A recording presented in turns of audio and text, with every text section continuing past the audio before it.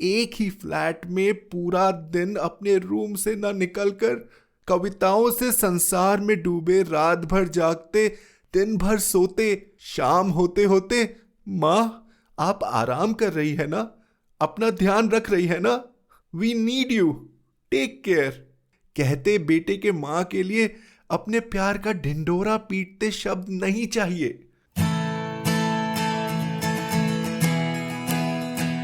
आप सुन रहे हैं कहानी जानी अनजानी पीयूष अग्रवाल के साथ। चलिए आज की कहानी का सफर शुरू करते हैं।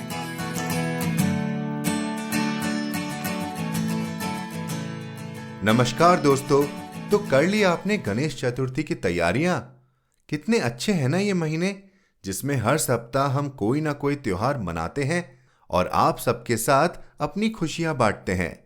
दोस्तों, कोरोना का वक्त ऐसा आया कि वर्क फ्रॉम होम के चलते हम अपने घरों को लौटे। कहने के लिए अब हमारे पास समय ज्यादा है, पर जूम कॉल्स, सोशल मीडिया में उलझे हुए हम और ज्यादा व्यस्त हो गए। पर क्या इस डिजिटल दौड़ धूप में हम अपने बड़ों को कहीं भूल रहे हैं? ऐसा ही कुछ हुआ हमारी आज की कहानी सॉरी माँ में, जो कि लिखी है पूनम अहमद जी ने। पूनम अहमद जी मुंबई में रहती हैं तथा 15 सालों से लेखन में सक्रिय हैं। इनकी लगभग 550 कहानियां, 200 लेख विभिन्न पत्र पत्रिकाओं में प्रकाशित हो चुके हैं। इनकी 2 किताबें कभी अपने लिए, वो झूठी, किंडल पर उपलब्ध हैं। इनके बारे में और जानकारी के लिए हमारी वेबसाइट पर जाएं। अनकही कहानियां प्रतियोगिता के लिए आप सब में जो उत्साह मैं देख रहा हूं, उससे बहुत खुशी हो रही है। और क्योंकि आप में से कई लोगों ने गुजारिश की, हमने कहानी सबमिट करने की आखिरी तारीख बढ़ाकर 15 अक्टूबर कर दी है। जी हां, 15 अक्टूबर। अब आपके पास नहीं लिखने का कोई बहाना नहीं। कैश प्राइस के साथ और इनाम और नियम की जानकारी के लिए piyushagarwal.com पर जाएं। तो चलिए शुरू करते हैं आज की कहानी का सफर और साथ ही जानते हैं कहानी के पीछे की सोच क्या थी, खुद पूनम अहमद जी से इस एपिसोड के अंत में। तो एपिसोड पूरा सुनिएगा।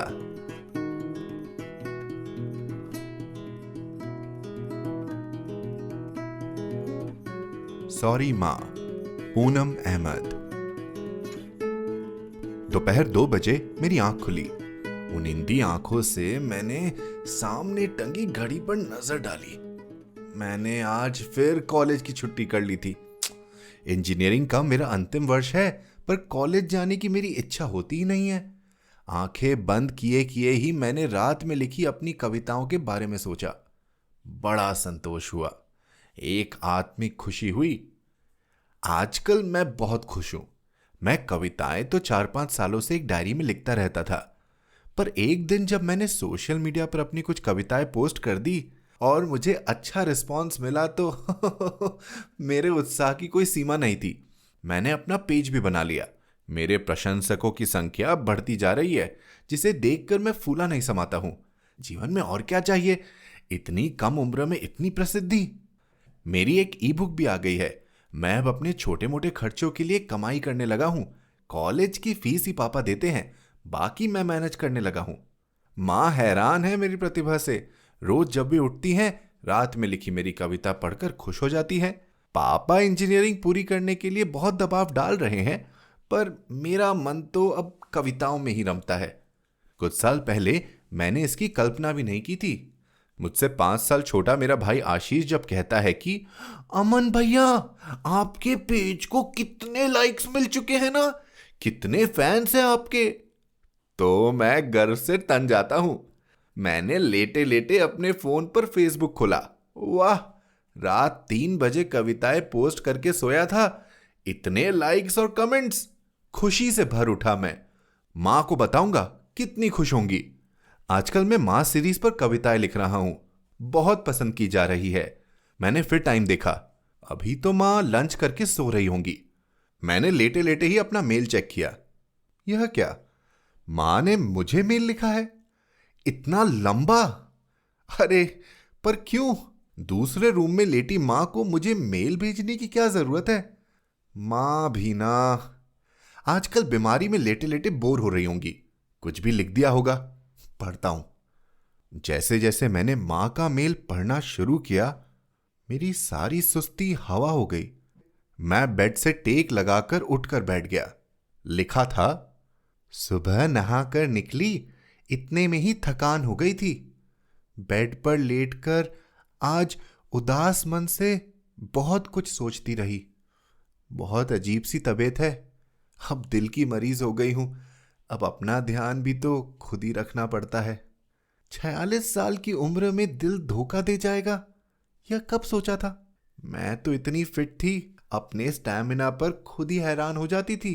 अब लेटी तो पिछले महीने की वह रात फिर याद आ गई, जब रात 1 बजे सांस लेने में परेशानी हो गई थी।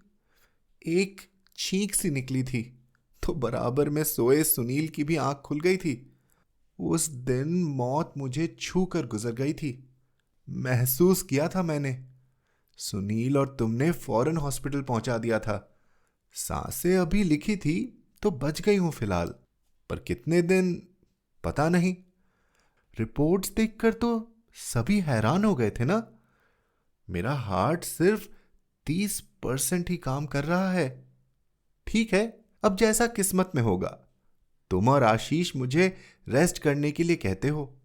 डॉक्टर्स ने भी थका देने वाला काम मना किया है। सब परिचित रिश्तेदार देखने आकर वापस जा चुके हैं। खाना बनाने के लिए अच्छी मेड मिली नहीं, बस साफ सफाई करने वाली रमाबाई से मिलकर काम चला रही हूं। पर आज तुम्हें बताना चाहती हूं कि इस गृहस्थी को संभालने में मैंने सालों लगा दिए हैं, पर आज मेरी जरूरत के समय मुझे तुम लोगों के जिस केयर और सहयोग की आशा थी, वह मैं तलाशती ही रह जाती हूं। मैंने आज सुबह फेसबुक देखा तो तुम्हारी रात को लिखी हुई कविता दिखी। काफी लाइक्स और कमेंट्स थे। तुम रात रात भर जागकर कविताएं लिखते हो, दिन भर सोते हो। तुमने अपना अजीब सा रूटीन बना लिया है, बातें भी खूब बड़ी बड़ी करते हो।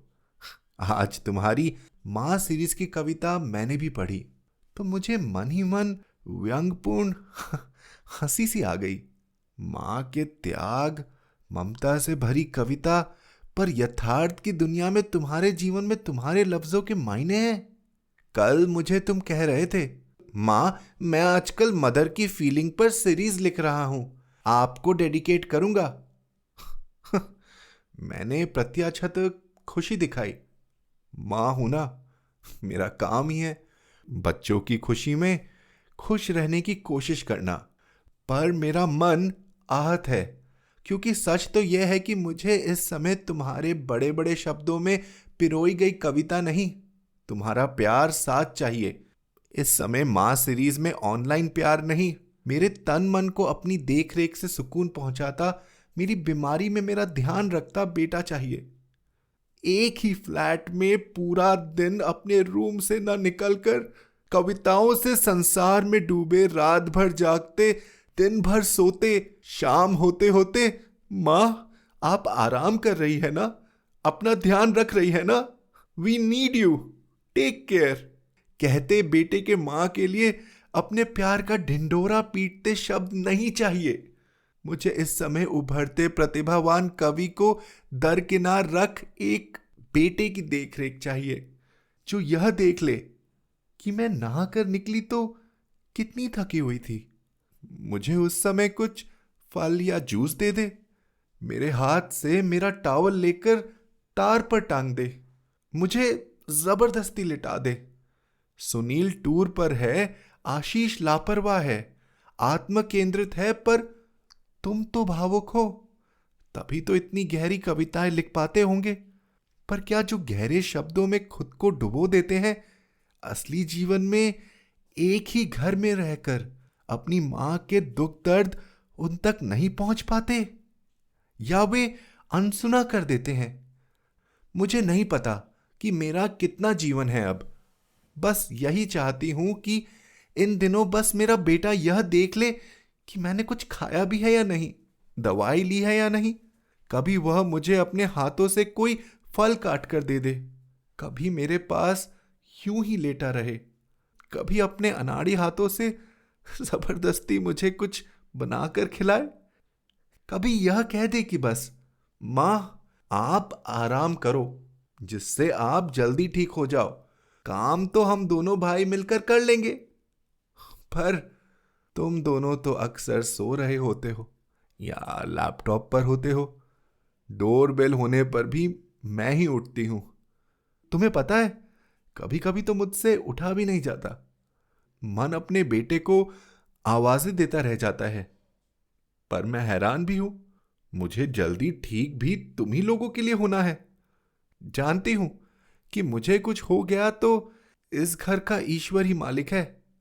इस घर के तीनों पुरुष सदस्य एक दूसरे का ध्यान कभी रख नहीं पाएंगे। विधाता ने यही तो कमाल किया है कि हर स्थिति में मां पत्नी अपने पति बच्चों का हित ही सोचती है। भले ही उसकी अस्वस्थता में कोई उसका ध्यान न रखे, उसके दुख दर्द अनकहे रह जाएं। उन्हीं के लिए वह शीघ्राति शीघ्र स्वस्थ होना चाहती है, जिनका साथ वह अस्वस्थता में तलाशती रह गई। अब सोच रही हूं कि तुम्हें तो बहुत प्रसिद्ध कवि बनना है। तुम इस क्षेत्र में दूर तक जाना चाहते हो। तुम्हें पोइट्री में बहुत ऊंचाइयों को छूना है। मेरी शुभकामनाएं, आशीर्वाद तुम्हारे साथ है। पर आज मैं कुछ और सोच रही हूं। तुम अपनी मां की भावनाएं महसूस किए बिना मां सीरीज के शब्दों में भावनाएं पिरो पाओगे? कवि और लेखक तो दूसरों के दुख दर्द महसूस करके उन्हें शब्दों में ऐसे ढालते चले जाते हैं कि हर पाठक को वह अपनी बात लगने लगती है। क्या तुम्हारे शब्द पाठक के दिल को छू पाएंगे जब तुम्हारी अपनी अस्वस्थ मां अपनी कोमल भावनाओं को तुम्हारे साथ बांटने का इंतजार करती रह जाती है? मैं चाहती हूं एक मशहूर कवि बनने से पहले तुम ऐसा बेटा बन जाओ कि अपनी मां की अनकही बातें भी समझ सको, कल्पनाओं में नहीं, यथार्थ में। विधाता ने नारी मन जटिल तो बहुत बनाया है, पर इतना भी नहीं कि कोई बेटा चाहे तो इसे जान ना पाए। तुम्हें आहत नहीं करना चाहती, पर अगर तुम्हें दूसरों के दिलों को, उनकी भावनाओं को छू जाने वाली रचनाएं लिखनी है तो पहले उन्हें महसूस करना होगा। तुम्हारी मां पर लिखी कविताएं मेरे ही दिल को नहीं छू पाती। मैं उन्हें शब्द समझकर पढ़ती हूं और भूल जाती हूं। वे किसी और को क्या छू पाएंगी? ऊंचाइयों को छूने के लिए अभी तुम्हें जमीन पर भी अपनी ठोस पकड़ बनानी है। शाब्दिक नहीं, यथार्थ की दुनिया महसूस करनी है। अपने आसपास की दुनिया के दुख दर्द महसूस करने हैं। ये जो इतने मशहूर सफल कवि, लेखक, शायर हुए ना, वे अपने तो अपने, दूसरों के दुख दर्द में भी ऐसे डूबकर निकले हैं कि उनका एक एक लफ्ज पढ़ने वाले को झकझोर गया है। अमन, अपनी मां की भावनाओं से अछूते रह जाओगे तो मां सीरीज कितनी आगे तक ले जा सकोगे? मैं भी तो तुम्हें सफलता के शिखर पर देखना चाहती हूं। बस अब थक गई हूं। तुम्हारी मां। मेरी आंखों के सामने अचानक सब धुंधला हो गया। मेरे गालों पर गीलापन बढ़ता जा रहा था। मैं सर पकड़कर बैठ गया। मां तो कोई कवि या लेखिका भी नहीं है, फिर भी उनका एक एक शब्द मुझे झिंझोड़ गया। यह क्या हो गया मुझसे? उस रात डॉक्टर ने कितना साफ साफ कहा था, इन्हें लाने में कुछ सेकंड्स की भी देरी हो जाती तो। डॉक्टर ने ये 3 महीने चिंताजनक बताए हैं। मां बहुत बीमार है, पापा मीटिंग के लिए टूर पर है, आशीष मस्त मौला है, और मैं क्या करता हूं उनके लिए? रातों को जाग कर मां पर लंबी लंबी कविताएं लिखता हूं। दिन भर सोता हूं। शाम से रात तक इस फील्ड में आगे बढ़ने के लिए अपने नए कवि मित्रों के साथ किसी कैफे में बैठकर विचार गोष्ठी करता हूं। रात को आता हूं तो मां जितना भी बना पाती है, कभी खा लेता हूं, कभी पसंद ना आने पर आशीष और मैं बाहर से कुछ ऑर्डर करके मंगा लेते हैं। मां थकी सी वह खाना उठाकर फ्रिज में रख देती है और शायद अगले दिन वही खा लेती है। मैं शर्मिंदगी के अथाह सागर में डूबता जा रहा था। मां को तो आराम करना है, पर कैसे करेंगी वे आराम? उनके हालचाल पूछकर कविताओं में डूब जाता हूं। क्या कर रहा हूं मैं? एक ही फ्लैट के दूसरे बेडरूम में लेटी अपनी अस्वस्थ मां से इतना दूर हूं मैं कि आज उन्हें अपने मन की बात शेयर करने के लिए मुझे मुझे मेल लिखना पड़ा है। छी, लानत है मुझ पर। मैंने बराबर में सोए आशीष पर नजर डाली। यह भी क्या सीखेगा मुझसे? सबसे दूर अपने रूम में अकेले जीना। मैंने धीरे से जाकर मां के बेडरूम का दरवाजा खोलकर झांका। मां सो रही थी। फिर पूरे घर पर नजर डाली। सब अस्त व्यस्त, हर कोना बिखरा हुआ। मां को कैसे चैन आता होगा जब घर की यह हालत देखती होंगी। मेरी रुलाई फूट पड़ी। कितना दुख होता होगा उन्हें। 2 युवा बेटों के होते हुए उनका कोई साथ नहीं, कोई आराम नहीं। पता नहीं अपने लिए क्या बनाती है, क्या खाती है, आजकल कितनी चुप रहने लगी है। मैंने फ्रिज खोलकर देखा, कोई फल नहीं है घर में। मां को फल कितने पसंद है। वॉशिंग मशीन के पास कपड़ों का ढेर लगा है। 2 दिन पहले मां ने मशीन चलाई थी। कपड़े सुखाने में ही हाफ गई थी मां। कपड़े सुखाने में ही हाफ गई थी मां। मुझे याद आया जब शाम को मां थकी सी हाथ में कपड़े लेकर अचानक चेयर पर बैठ गई थी।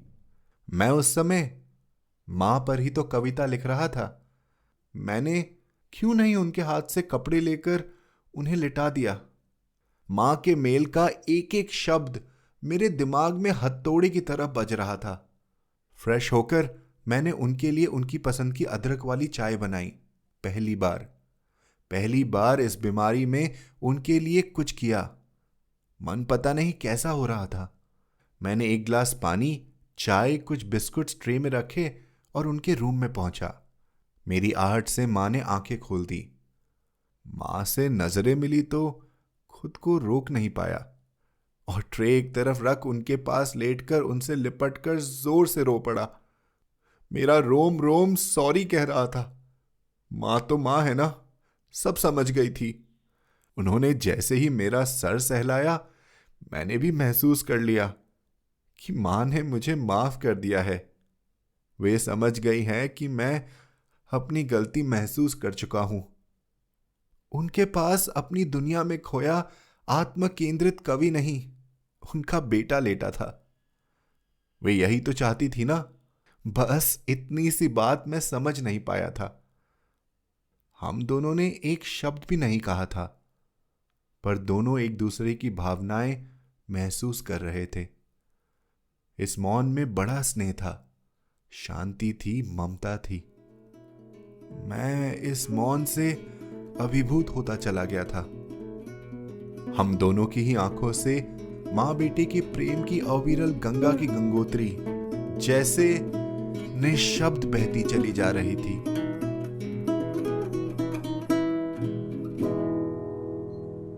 तो अभी जो आपने कहानी सुनी वो थी सॉरी मां। जी हाँ, पूनम जी की लिखी ये कहानी आपको जरूर छू गई होगी।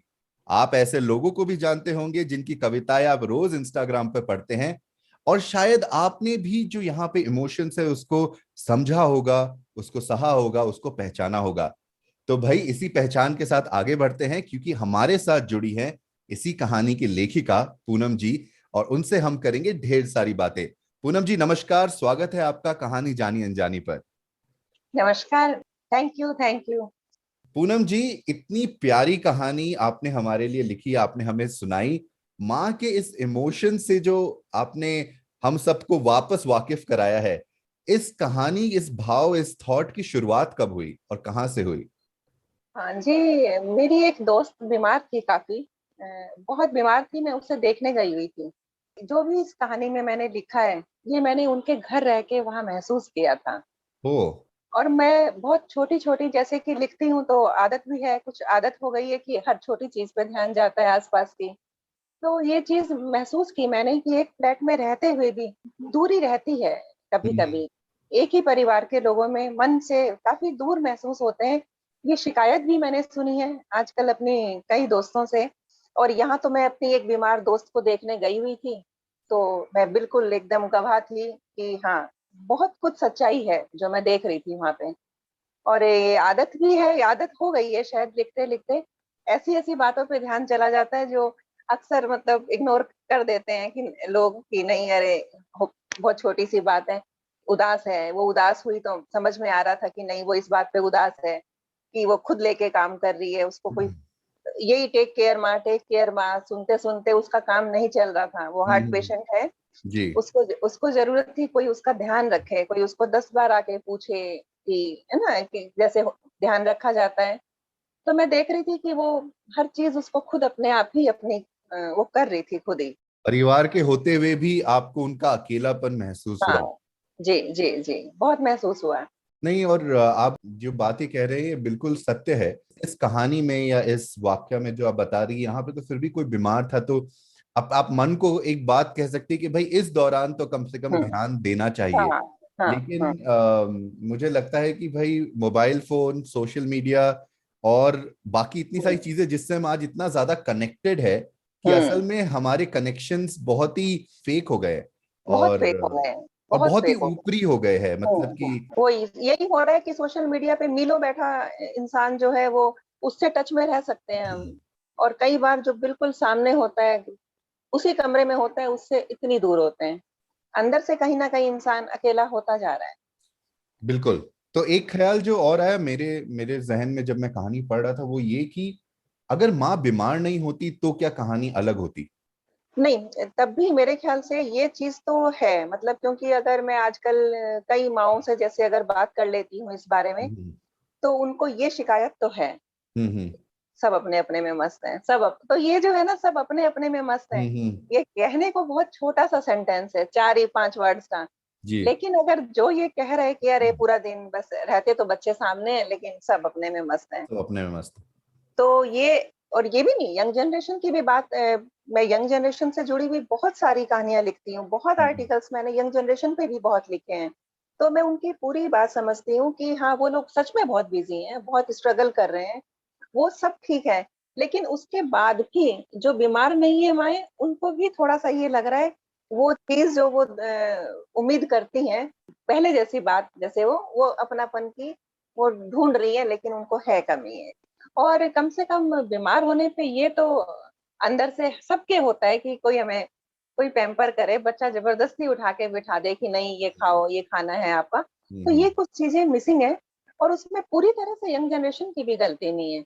क्या आपको लगता है कि इसमें कुछ हद तक पेरेंट्स का भी उतना ही भागीदारी है, उतनी लाइक में वो एक्सपेक्ट करते हैं कि बच्चे हमारे साथ समय बिताए, हाँ, ये भी लेकिन बात है, बिल्कुल ऐसे बिल्कुल। मौके नहीं होते जहां पे आप साथ बैठ के बातें करो, या तो सब बैठ के साथ टीवी देखते, मतलब साथ अपने समय बिता लिया, खाने के टाइम हम्म। पे तुम सब कुछ छोड़ के, मतलब बहुत सारी ऐसी छोटी छोटी आदतें हैं जो जब हम करते हैं तो हमें पता नहीं चलता है कि वो क्या है, लेकिन हम्म। वो परवरिश का ऐसा हिस्सा बन जाती है कि धीरे धीरे वो आपको सिखाने लग जाती है कि कैसे आप दूसरों के बारे में भी सोचें। हाँ बिल्कुल, ये पेरेंट्स के हाथ में भी है। कई हम्म, बार ऐसे होता है कि बच्चे आते हैं हेल्प करने, नहीं नहीं नहीं तुम अपना काम करो हम कर लेंगे।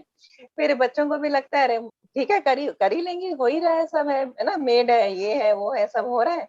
तो फिर उनके ऊपर इतनी वैसी जिम्मेदारी भी नहीं है जैसे बच्चे पहले रहता था कि अपना लगे हुए हैं माँ के साथ, अपना काम कर रहे हैं, किचन में हम्म, हाथ बटा रहे हैं। तो अब वो माहौल भी नहीं है, बहुत कुछ बदलता है, और सब घर एक जैसे भी नहीं है। कहीं कहीं बच्चे बहुत ज्यादा केयरिंग है, वो इतने केयरिंग है कुछ घरों में कि वो माँ बाप को अपने पेरेंट्स की याद दिलाते हैं कि अरे हमारी मम्मी ऐसे ध्यान रखती थी, हम्म, जैसे हमारी बेटी हमारा ध्यान रखती है। हर बच्चा दूसरे से अलग है। लेकिन जब ये कहानी लिखी तो फिर मेरे सामने यही फिर अमन जैसा घटना। पात्र था। हाँ, मैं नहीं चाह रही थी कि मैं ये कहानी लिखूं, पता नहीं, मैं अपने आप को रोक रही थी, लेकिन मैं अपने आप को रोक नहीं पाई। मैंने उनके घर से आई हूँ और मैंने 2 दिन के अंदर ये कहानी लिख ली थी बैठ के, इतना भरा था अंदर मेरे। मेरे ख्याल से वो तो लेखक होने का साइड इफेक्ट भी है कि अगर हाँ आपको कुछ नजर आता है, आपके मन में ख्याल आता है, तो फिर आपको उसे शब्दों में सामने परोसना जरूरी हो जाता है, चाहे वो कोई और पढ़े ना पढ़े, खुद के लिए ही सही, लेकिन वो लिखना जरूरी हो जाता है। तो आपने क्या ये कहानी फिर अपने दोस्त को भी पढ़ाई, अपने उनके परिवार को, कि नहीं संकोच कर गए? नहीं, मैं सच बताऊं ईमानदारी से तो मैं संकोच कर गई। अच्छा। लेकिन मुझे ऐसा ये भी है, थोड़ा सा अंदाजा है कि हाँ मेरी दोस्त ने पढ़ी है इसको, लेकिन हमारी कभी फिर इस कहानी पर बात नहीं हुई। तो पूनम जी, कहानी से आगे बढ़ते हैं और जानते हैं थोड़ा और आपके बारे में। आपने कहा आप मुंबई से हैं, थाने में रहती हैं, और कहानियों से आपका बहुत ही लंबा रिश्ता आ रहा है, तो भाई कब से लिख रही हैं आप करीब कहानियां? 15 साल हो गए हैं। अरे वाह। मैं पढ़ती बहुत थी, मैं अभी भी बहुत पढ़ती हूँ। बचपन से ही पढ़ने का बहुत ज्यादा शौक था। तो एक दिन 15 साल पहले की बात है, एक दिन शाम को ऐसे ही सोसाइटी के गार्डन में अपनी बेटी के साथ घूम रही थी। तो हम्म। घूमते घूमते मैंने उसको बताया कि पढ़ती तो हुई, लेकिन ऐसा आजकल ऐसा लग रहा है कि कुछ लिखूं। तो एक हम्म। कहानी घूमती है दिमाग में। उसने कहा, अरे अरे सुनाओ सुनाओ मम्मी, कौन सी कहानी? तो वो एक छोटी सी कहानी थी जो मैंने उसको ऐसे ही सैर करते करते सुनाई कि सोच रही हूँ कि ये लिखूं। तो उसने उसी समय मुझे वो शॉप पे लेके गई, उसने डायरी दिलवाई मुझे कि आप शुरू अरे करो, ये वाह। कहानी अच्छी है, आप इसको लिखो घर जाके। फिर मैंने वो छोटी सी कहानी थी, 1-2 पेज की, वो लिखी, फिर मैगजीन में भेजी। वो मेरी पहली कहानी थी 15 साल पहले, कि वो फिर पब्लिश हुई, एक्सेप्ट हुई, पब्लिश हुई। बस उसके बाद फिर सिलसिला चलता रहा, फिर शुरू कर दिया। बहुत ही अच्छी बात है। आपने जो बात कही ना कि भाई मैं बहुत पढ़ती थी और अभी बहुत पढ़ती हूँ, जितने भी लेखकों से मेरी बात हुई है कहानी जानी अनजानी पर, सब जब भी मैंने पूछा है कि भाई अच्छा लेखक बनने के लिए आप क्या कहेंगे करना चाहिए, सबने एक ही बात कही है कि भाई बहुत पढ़िए, पढ़ना बहुत जरूरी है, अच्छे पाठक बनिए तो अच्छे लेखक बन बिल्कुल सकते हैं। बिल्कुल, ये बात तो सच है। पढ़ना बहुत जरूरी है। आजकल पता है क्या हो रहा है कि हम्म। सब लिखते चले जा रहे हैं। कोई किसी की, जो हम देख रही हूँ मैं, जो अपने आसपास, हम्म। मतलब एक दूसरे का लिखा हुआ पढ़ा कम जा रहा है। जी। न बिल्कुल।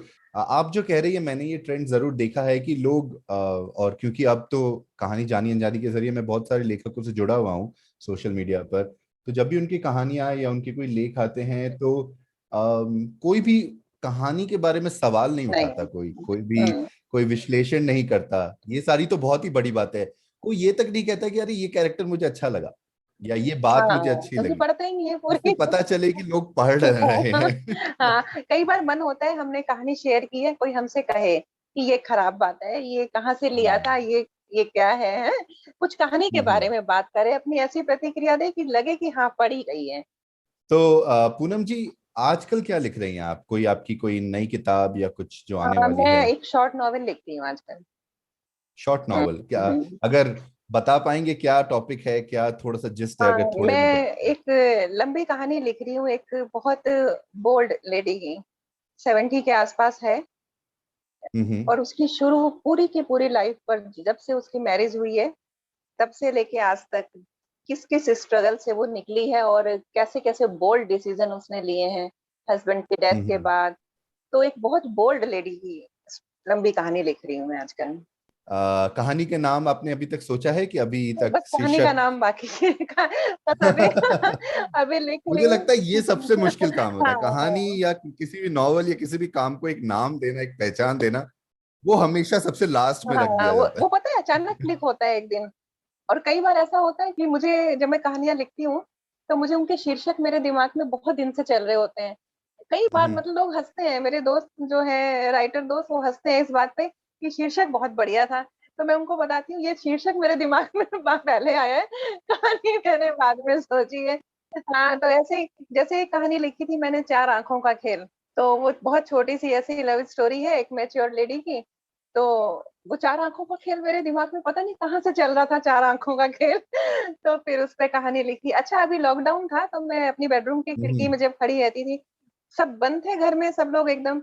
जी। तो बेडरूम की खिड़की पे जो सामने की बिल्डिंग दिखती है, और हमारी जो बिल्डिंग हो गई, तो मैंने वहां खड़े खड़े सोचा कि ये कहानी ऐसे हो सकती है कि 2 नंबर के साहब, 4 नंबर के मेम साहब। तो एक ऐसी भी तो लव स्टोरी हो सकती है लॉकडाउन में।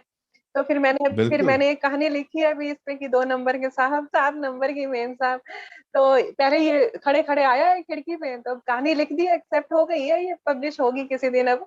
तो कई बार तो टाइटल पहले आते हैं कहानी के। हाँ, नॉवेल में थोड़ा टाइम लग रहा है, होगा, क्लिक हम्म। करेगा एक दिन अचानक। और सुनने वालों को हम बता दें कि हमारे शो नोट्स में हम पूनम जी की कुछ और कहानियों के लिंक्स डालेंगे, और जब भी इनकी ये नॉवल भी पब्लिश हो जाएगी, तैयार हो जाएगी, तो हम उन्हें वहां जरूर इंक्लूड करेंगे, ताकि आप जो ये सुन रहे हैं आपको ज्यादा ढूंढना न पड़े, ज्यादा मेहनत ना करना पड़े, और आपको पूनम जी की और कहानियां सुनने को मिले। इसी के साथ पूनम जी, आपका हम धन्यवाद करना चाहेंगे कि आपने हमारे लिए इतना समय निकाला और हमें कहानी के बारे में इतनी सारी बातें बताई, और साथ में आपकी हंसी जो इतनी प्यारी है वो हमें सुनने का मौका मिला। धन्यवाद, बहुत अच्छा लगा मुझे भी यहाँ आके। मुझे बहुत अच्छा लगा आपसे बात करके। धन्यवाद। तो दोस्तों, कैसी लगी आपको आज की कहानी और पूनम जी से बातचीत? आपको क्या लगता है, क्या सच में हम जाने अनजाने में अपने माता पिता को इस तरह का कोई एहसास करवा रहे हैं? या क्या आपके अपने बच्चे पास होकर भी पास नहीं? अगर ऐसा है तो अब भी देर नहीं हुई है। आज ही उनसे बात करिए और बन जाइए उनकी जिंदगी का वो जरूरी हिस्सा, और हमें hello@piyushagarwal.com पर बताएं कैसा रहा आपका अनुभव। इसी नोट पर मैं आपसे विदा लेता हूं। अनकही कहानियां प्रतियोगिता में हिस्सा जरूर लीजिए और बाकियों को भी बताइए। याद रहे, 15 अक्टूबर से पहले आपको अपनी कहानी piyushagarwal.com पर दिए लिंक पर भेजनी है। अगर हमारी कहानियां आपके दिल को लुभा रही हो तो आप हमें सपोर्ट भी कर सकते हैं। और जानकारी के लिए piyushagarwal.com पर सपोर्ट द शो लिंक पर क्लिक करें। आप जिस भी ऐप पर यह पॉडकास्ट सुन रहे हैं, हमें सब्सक्राइब या फॉलो करना ना भूलें।